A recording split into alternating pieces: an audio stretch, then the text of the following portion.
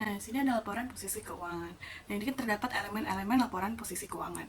Nah, menurut FISB, Statement Concern nomor 6 ini, pertama itu ada aset, terus liabilitas, lalu ekuitas. Nah, aset itu adalah kemungkinan manfaat ekonomi di masa depan yang diperoleh atau dikendalikan oleh entitas tertentu sebagai hasil dari transaksi atau peristiwa di masa lalu.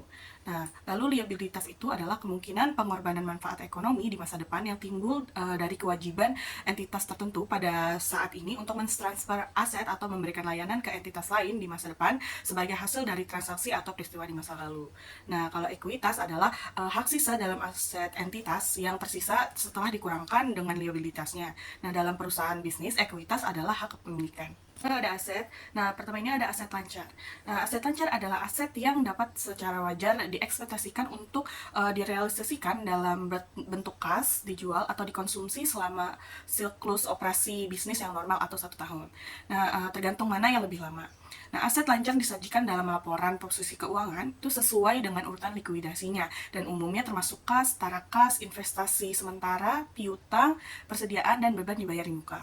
Lalu ada investasi. Nah, investasi ini dapat dikelompokkan menjadi 3 kategori. Nah, pertama itu adalah sekuritas yang diperoleh untuk tujuan tertentu, seperti menggunakan dana menganggur atau idle fund untuk periode waktu yang lama atau memberikan pengaruh pada operasi perusahaan lain. Nah, yang kedua itu ada aset saat ini tidak dalam penggunaan oleh organisasi bisnis, seperti tanah yang dimiliki untuk lokasi pembangunan di masa depan.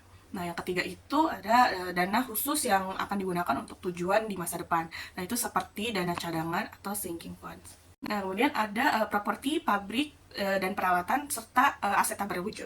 Nah, dalam hal properti, pabrik, dan peralatan, nilai tercatat diungkapkan sebagai selisih di antara biaya perolehan dan akumulasi penyusutannya. Nah, namun aset tak berwujud umumnya diungkapkan pada jumlah neto dari biaya perolehan dikurangi akumulasi amortisasinya. Nah, selanjutnya itu ada aset lainnya. Nah, komponen-komponen seperti aset tetap yang dimiliki untuk dijual kembali atau piutang jangka panjang dapat disertakan ke dalam kategori aset lainnya. Nah, penilaian aset-aset ini umumnya terkait dengan nilai tercatatnya pada laporan posisi keuangan saat aset tersebut awalnya dilaporkan ke dalam kategori aset lainnya. Nah, karena jumlah yang terkait dengan komponen-komponen ini biasanya tidak material, kecil kemungkinannya bahwa setiap prosedur penilaian alternatif akan menghasilkan nilai tercatat yang sangat berbeda. Lalu yang terakhir ini ada penilaian aset. Nah, pada hampir setiap skema pengukuran yang dirancang merupakan praktik umum untuk menambah dan mengurangi hanya bagi komponen-komponen yang diukur dengan cara yang sama. Namun, pengukuran aset-aset pada laporan posisi keuangan mengambil bentuk yang tidak biasa ketika kita menganggap total aset berasal dari penjumlahan subklasifikasi aset yang mana dasar pengukurannya itu mungkin sangat berbeda. Nah, selanjutnya ini ada liabilitas. Nah, pertama itu ada liabilitas jangka pendek.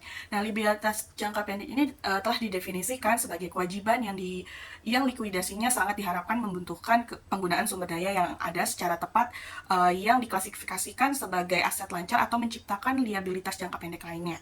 Nah, contoh dari liabilitas jangka pendek ini adalah utang jangka pendek, bagian lancar dari utang jangka panjang yang jatuh tempo, lalu untuk utang panjang penghasilan, lalu simpanan yang dapat dikembalikan, dan liabilitas yang masih harus dibayar.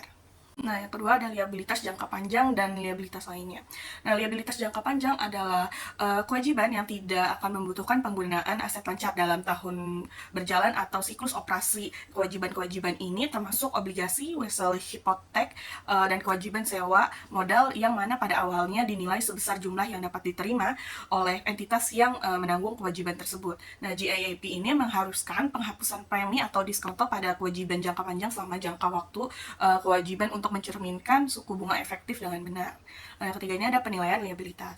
Nah, sebagian besar pengukuran liabilitas jangka pendek mengabaikan nilai waktu dari uang. Nah, pengukuran laporan posisi keuangannya yang tipikal sama dengan jumlah sumber daya yang pada akhirnya akan diperoleh untuk memenuhi kewajiban. Nah, praktik ini dapat dipertahankan dengan konsep materialitas. Sebaliknya, pengukuran awal dari sebagian berbeda besar liabilitas jangka panjang setara dengan nilai sekarang dari pembayaran di masa depan yang didiskontokan pada tingkat pengembalian yang ada pada tanggal emisi.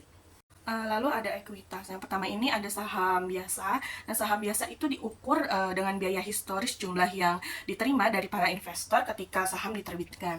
Pada awalnya, sebagian besar korporasi menetapkan nilai pari atau nilai yang ditetapkan untuk sahamnya. Dan karena setiap bagian saham biasa dijual, jumlah yang sama dengan nilai pari atau nilai yang ditetapkan akan dilaporkan di bagian saham biasa dari laporan posisi keuangan. Yang kedua ada saham preferen. Nah, itu perusahaan juga menerbitkan kelompok saham lainnya yang dikenal sebagai saham preferen atau preference stock. Nah, saham-saham ini umumnya memiliki preferensi terkait dividen dan jumlah dividen yang dinyatakan harus dibayarkan ke para pemegang saham preferen sebelum dividen tersebut dapat dibayarkan kepada pemegang saham biasa. Nah, dasar pengukuran dari saham preferen ini mirip dengan saham biasa. Nah, dengan jumlah yang dibagi di antara nilai pari saham dan tambahan modal di store. Dengan demikian, nilai laporan posisi keuangan yang dilaporkan juga mempresentasikan biaya historis. Yang ketiga ini saham treasury. Nah, korporasi dapat mengurangi ekuitas pemegang sahamnya dengan mengakuisisi sahamnya di pasar terbuka. Nah, saham yang dibeli kembali ini disebut sebagai saham treasury atau treasury stock dan biasanya dilaporkan dengan biaya historis yang dibayarkan untuk memperolehnya kembali. Nah, yang keempat ini ada saldo laba dan penghasilan komprehensif lainnya. Jumlah yang dilaporkan dalam ekuitas pemegang saham sebagai saldo laba dan akumulasi penghasilan komprehensif lainnya terkait dengan metode pengukuran yang digunakan untuk mencatat aset dan liabilitas tertentu. Namun jumlah ini tidak seharusnya dicampur adukan dengan setiap upaya untuk mengukur nilai kini yang menjadi hak pemilik di perusahaan. Konsekuensinya, pengukuran saldo laba dan akumulasi penghasilan komprehensif lainnya ini bergantung pada pengukuran pendapatan dan kadaluarsanya biaya selama umur perusahaan. Selanjutnya ada pengukuran nilai wajar. Nah, pada tahun 2007, FASB ini menerbitkan FAS nomor 157 tentang pengukuran nilai wajar atau Fair Value Measurement. Nah, AS nomor 157 ini perlu diterapkan untuk setiap aset atau liabilitas yang diukur pada nilai wajar berdasarkan JAP saat ini.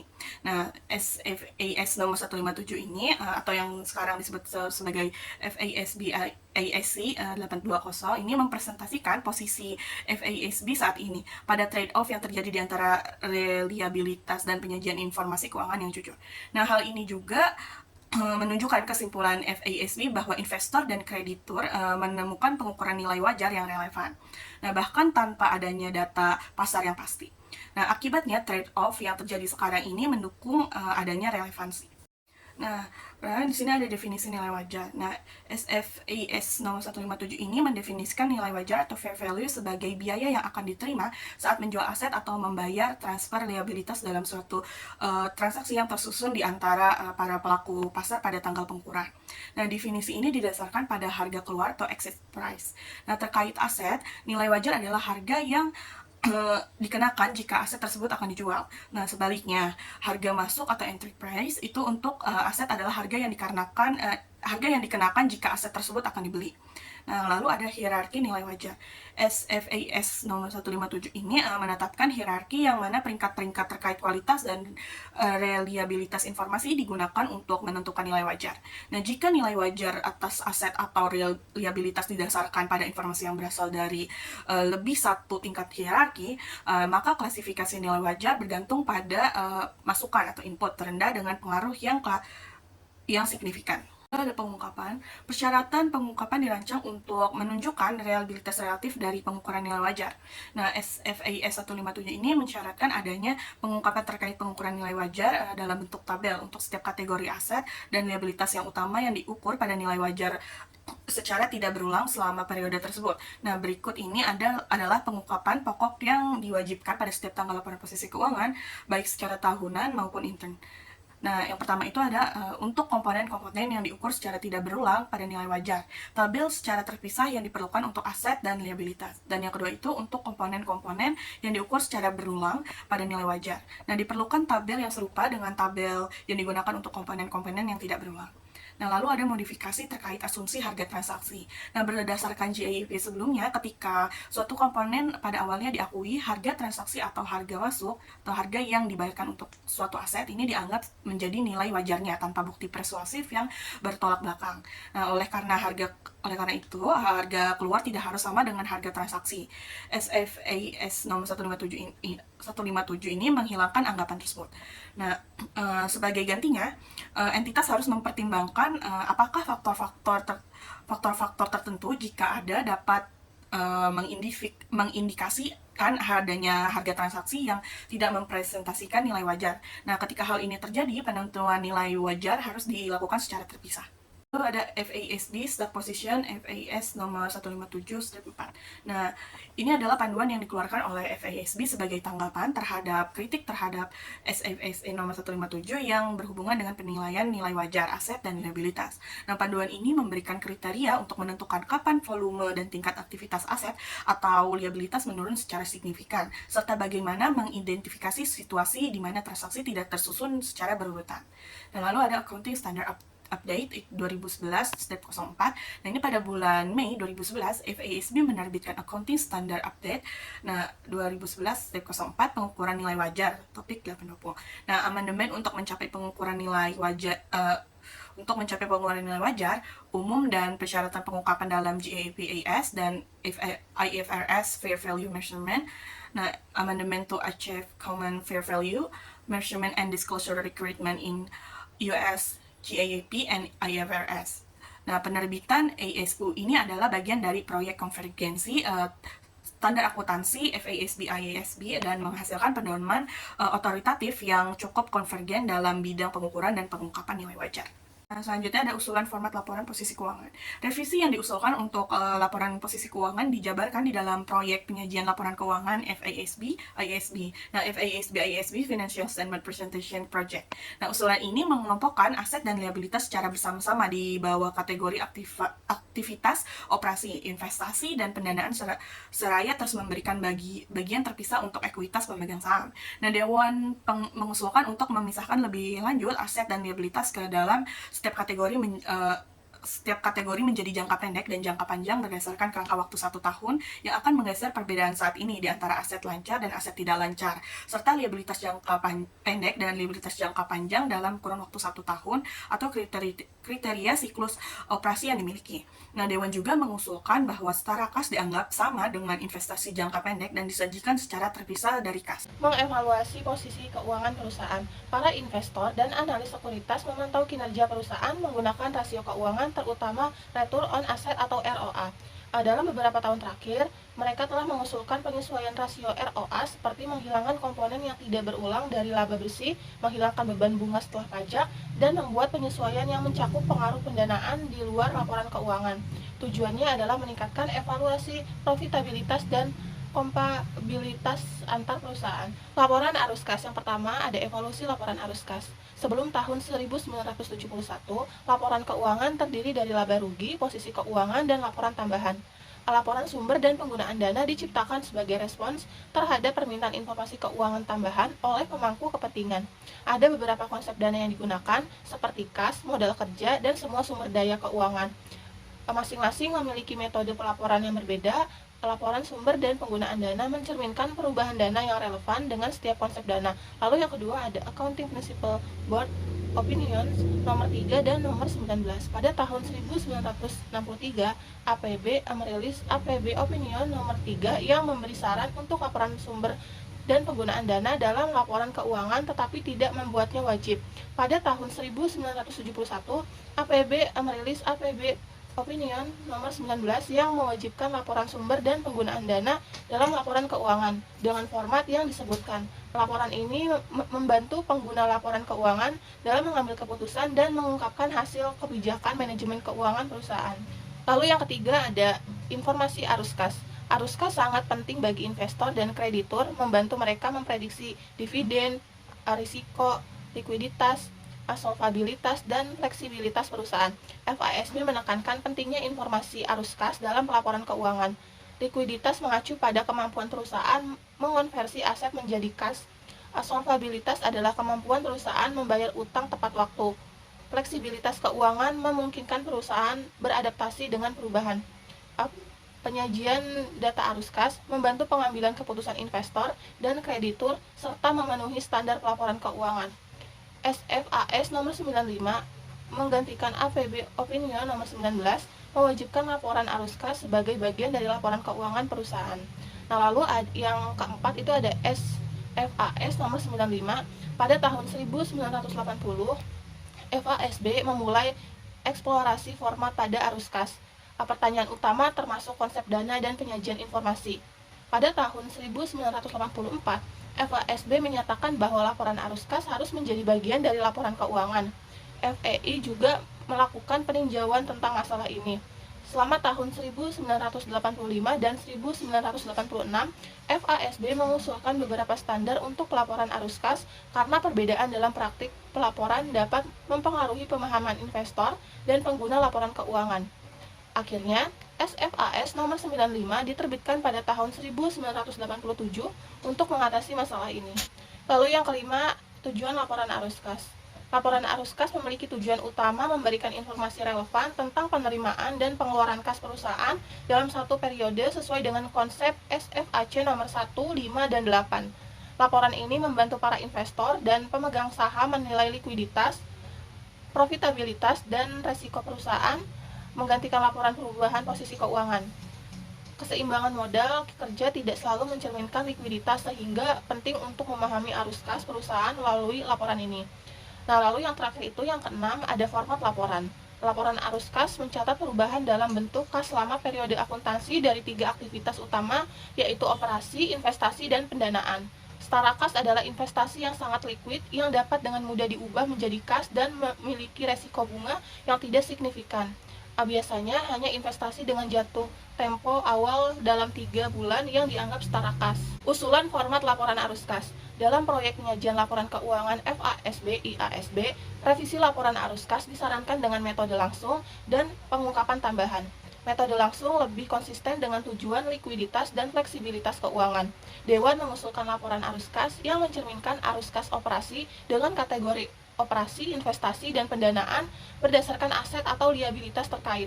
Setara kas tidak disertakan kecuali dalam kasus aktivitas pelanggan dan komponen berputar cepat.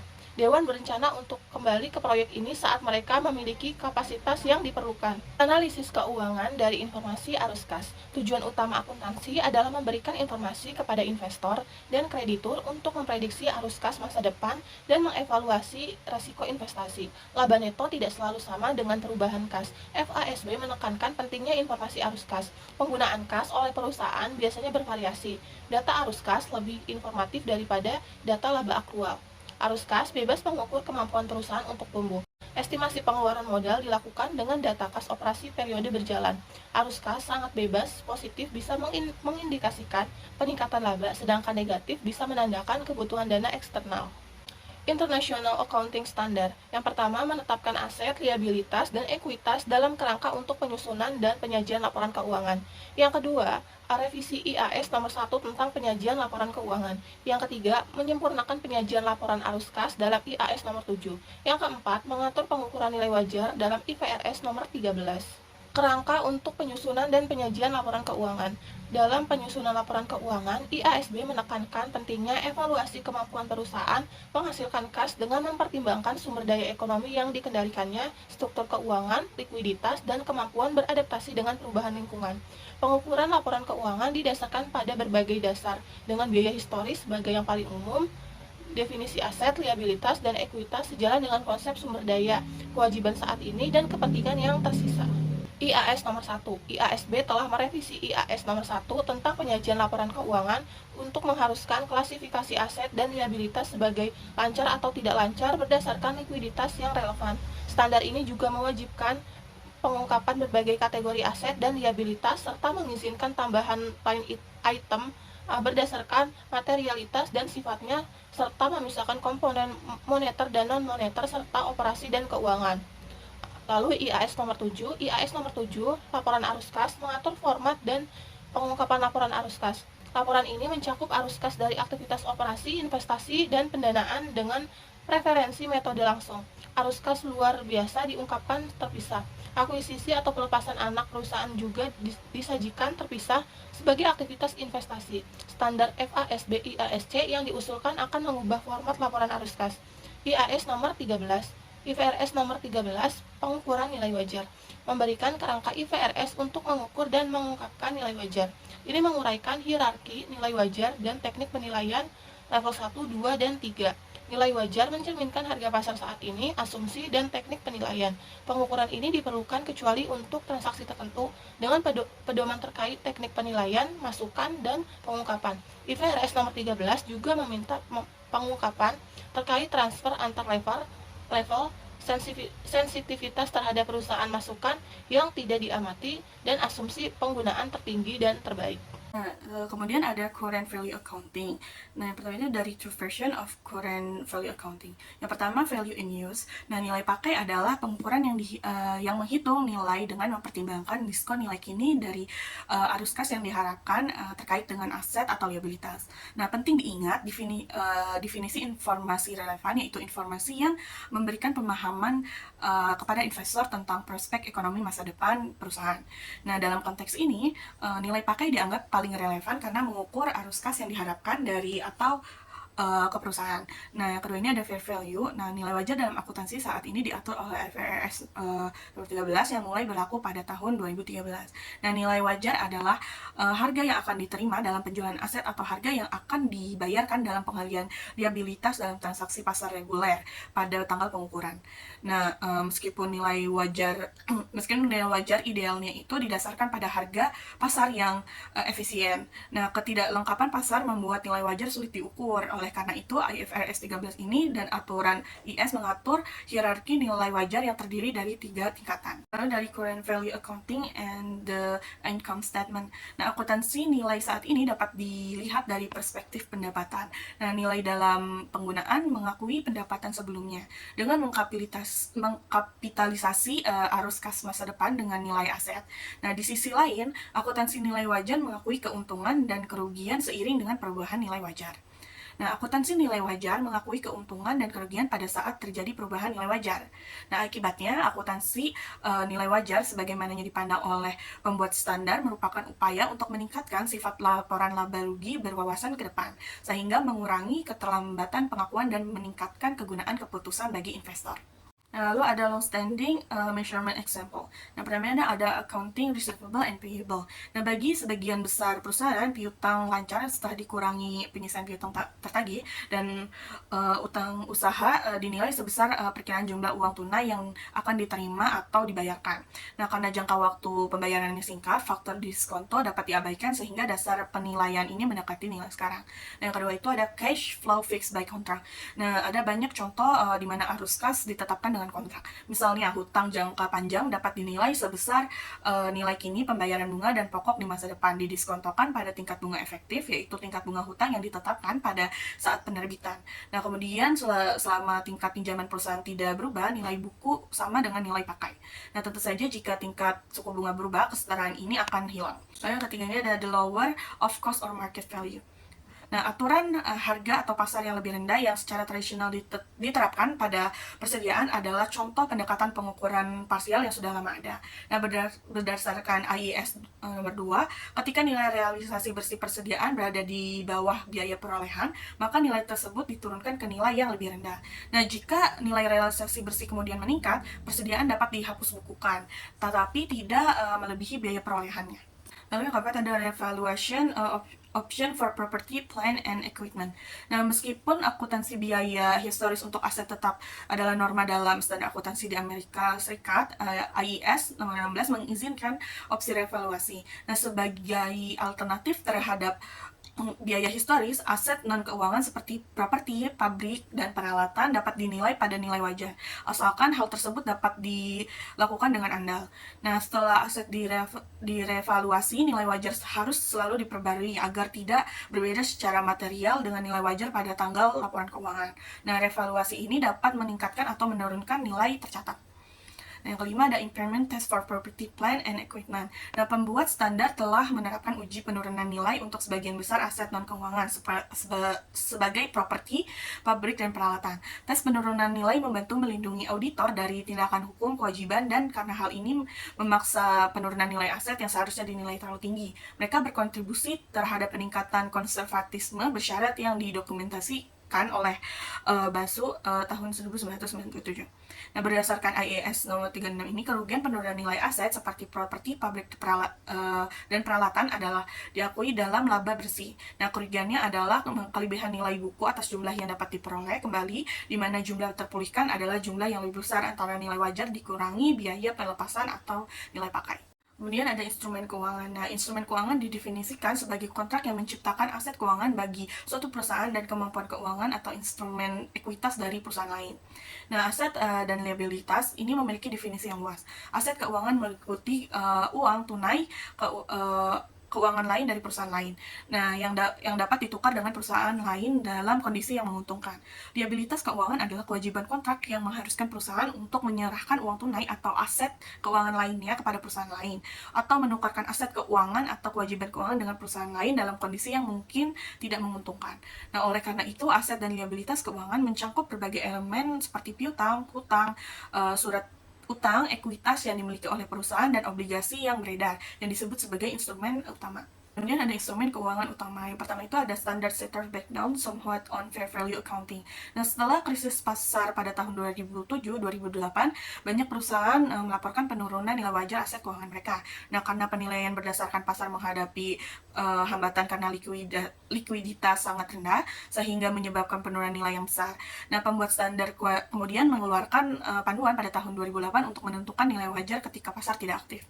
Dan kedua, ada perubahan jangka panjang terhadap akuntansi nilai wajar. Nah, awalnya perubahan ini dipicu oleh tekanan politik dari manajemen dan regulator, dan kemudian IASB memulai proyek untuk menggantikan IAS 39 dengan IFRS 9.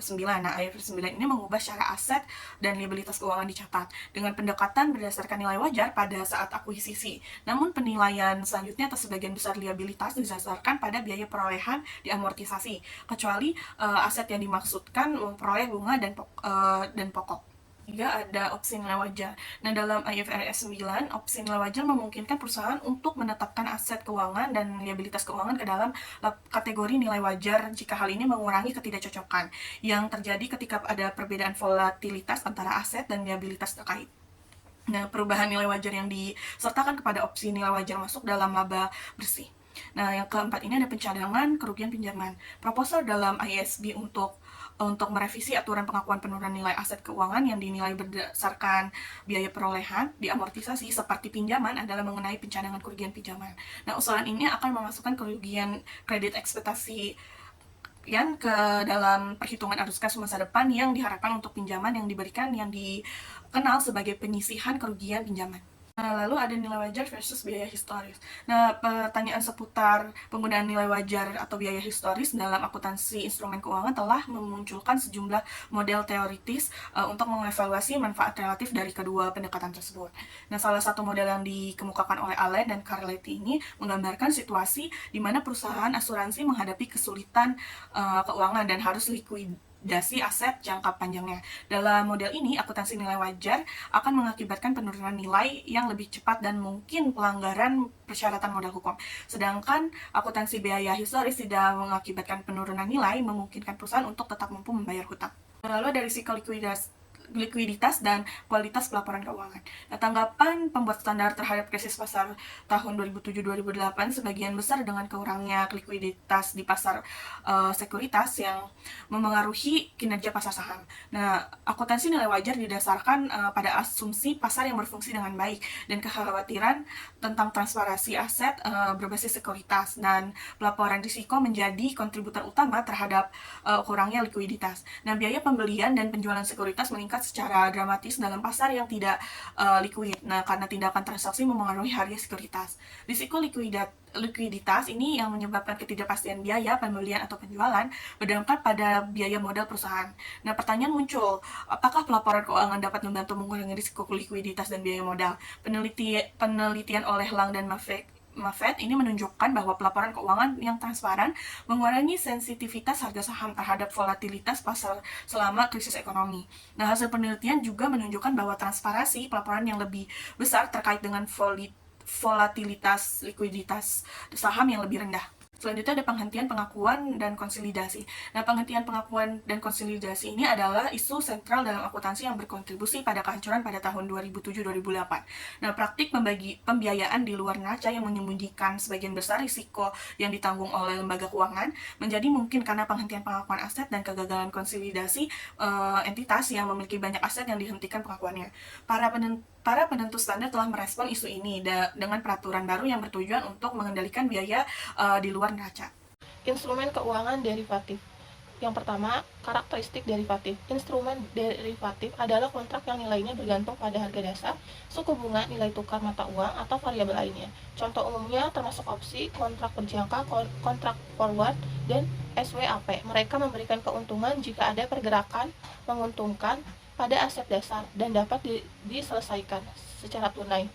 Leverage adalah karakteristik utama derivatif yang dapat menghasilkan keuntungan besar atau kerugian besar. Akuntansi derivatif telah beralih ke nilai wajar diukur berdasarkan harga pasar atau model jika tidak ada perdagangan. Perubahan nilai wajar diakui dalam laba bersih sesuai IFRS nomor 4 dan ASC 815/1035. Lalu, akuntansi lindung nilai. Perusahaan menerbitkan instrumen keuangan untuk berbagai alasan, terutama untuk mengelola resiko. Lindung nilai adalah salah satu cara perusahaan mengelola risiko. Ada dua jenis lindung nilai, yaitu lindung nilai wajar dan lindung nilai arus kas. Akuntansi lindung nilai membantu mengurangi volatilitas laba bersih. Untuk kualifikasi sebagai lindung nilai, instrumen keuangan harus memenuhi kriteria tertentu dan efektif dalam melindungi nilai wajar. IFRS nomor 7 membutuhkan pengungkapan ekstensif mengenai transaksi derivatif perusahaan. Kesimpulan akuntansi instrumen keuangan. Akuntansi nilai wajar instrumen keuangan adalah contoh perubahan dalam standar akuntansi setelah krisis 2007 sampai 2008. Kekhawatiran muncul terkait penghapusan aset dan kompleksitas standar akuntansi nilai wajar. Revisi standar dilakukan untuk menggunakan nilai pakai dan biaya amortisasi, tetapi meningkatkan kekhawatiran tentang penilaian yang handal. Pembuat standar juga merevisi standar lain seperti penghentian pengakuan, konsolidasi, derivatif, dan pengungkapan karena kontribusinya pada keruntuhan pasar. Akuntansi untuk aset tidak berwujud. Akuntansi untuk aset tak berwujud adalah tantangan utama dalam pengukuran.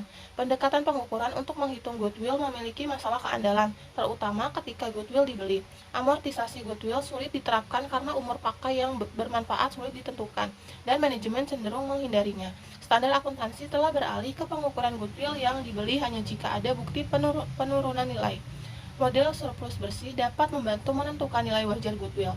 Ketika goodwill dikembangkan sendiri, masalah keandalan semakin kompleks, dan biaya intangible biasanya harus dihapuskan segera, menciptakan ketidakcocokan antara biaya dan pendapatan, serta rendahnya relevansi nilai laba yang dilaporkan. Pelaporan resiko. Pasar saham menilai resiko perusahaan selain beta, terutama bagi lembaga keuangan dengan reaksi terhadap imbal hasil saham dan obligasi terhadap eksposur dan lindung nilai resiko. Ini menguatkan kesimpulan tentang efisiensi pasar dalam merespon informasi akuntansi keuangan. Pelaporan keuangan telah meningkatkan pengungkapan resiko, memungkinkan investor mengevaluasi investasi mereka dengan lebih baik, dan memerlukan informasi resiko kuantitatif seperti analisis sensitivitas dan nilai resiko. Ini adalah langkah penting dalam mengarahkan pengungkapan resiko ke arah pengukuran yang lebih baik. Kesimpulan aplikasi pengukuran. Penerapan pendekatan pengukuran dalam pelaporan keuangan mengacu pada alasan seperti relevansi laba bersih, reaksi terhadap efisiensi pasar sekuritas, penerimaan teori nilai perusahaan, dan tanggung jawab auditor hukum. Relevansi ditekankan meskipun mengorbankan keandalan. Nilai saat ini dalam pelaporan keuangan digunakan dalam berbagai cara, terutama dalam pengujian biaya atau nilai pasar rendah. Namun, penerapan nilai wajar juga relevan, terutama untuk sekuritas, ekuitas, dan derivatif. Beberapa standar baru mengurangi penggunaan nilai wajar, terutama untuk aset yang dimiliki untuk memperoleh pendapatan bunga. Standar baru juga memerlukan pengungkapan tambahan tentang instrumen keuangan dan resiko yang berkaitan. Hal ini mencerminkan upaya untuk mencapai relevansi yang lebih besar dalam pelaporan keuangan.